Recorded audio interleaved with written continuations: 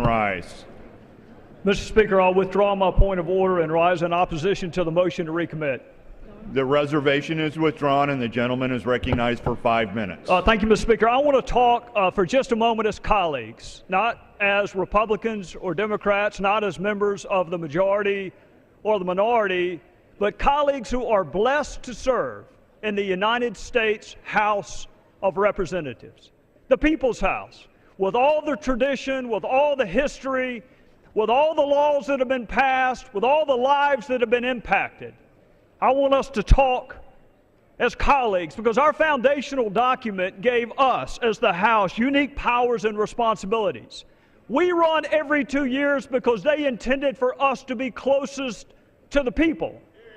The President was given different duties and powers. The President was given the duty to take care that the laws be faithfully executed. So my question, Mr. Speaker, is what does that mean to you, that the laws be faithfully executed? We know the President can veto a bill for any reason or no reason. We know the President can refuse to defend the constitutionality of a statute, even one that he signs into law. We know the President can issue pardons for violations of the very laws that we pass. And we know that the President has prosecutorial discretion as evidenced and used through his U.S. attorneys. Mr. Speaker, that is a lot of power. What are we to do when that amount of power is not enough? What are we to do when this President or any President decides to selectively enforce a portion of a law and ignore other portions of that law?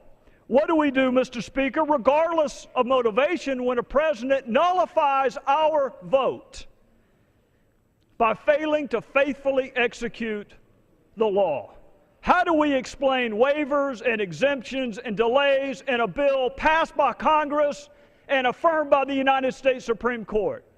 How do we explain away a refusal to enforce mandatory minimums that were passed by Congress and affirmed by the Supreme Court? And why pursue, Mr. Speaker, immigration reform if presidents can turn off the very provisions that we pass? You know, in the oath that brand new citizens take, it contains 6 different references to the law. If it's good enough for us to ask brand new citizens to affirm their devotion to the law, is it too much to ask that the President do the same? If a president can change some laws, can he change all laws? Can he change election laws?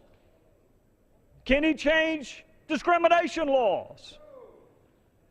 Are there any laws under your theory that he actually has to enforce?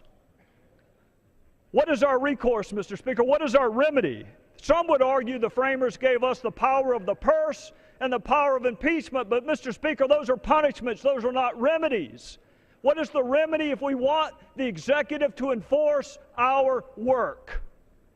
This bill simply gives us standing when our votes are nullified. This bill allows us to petition the judicial branch for an order requiring the executive branch to faithfully execute the law. Mr. Speaker, we are not held in high public esteem right now.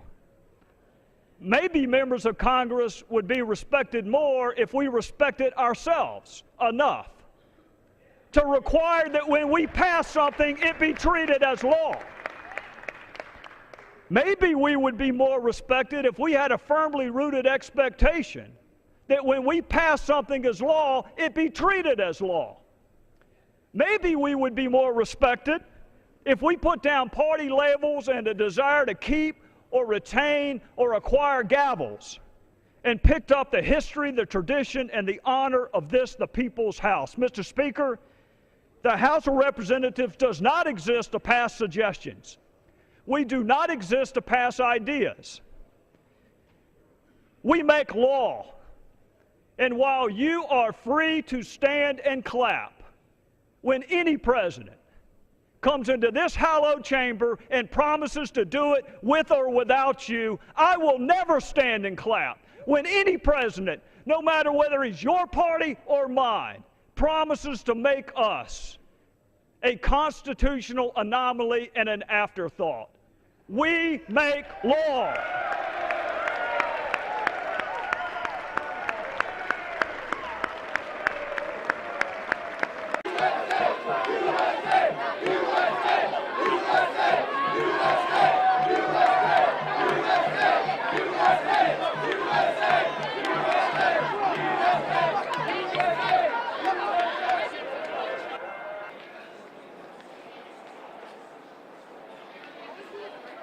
Get back? Thank you for your service.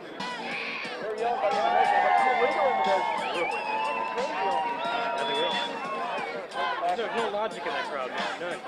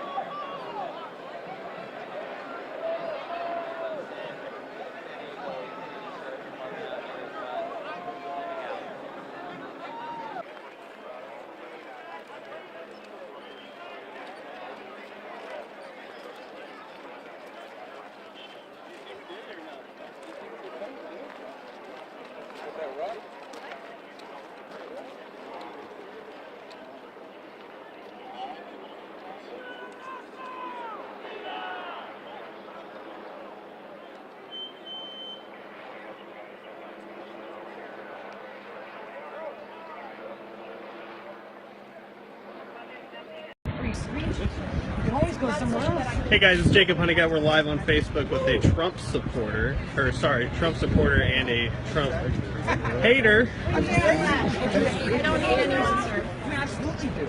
You're talking about hate. Why is what we think is hate? I'm not saying that I hate him. I am saying that he incites hate. How?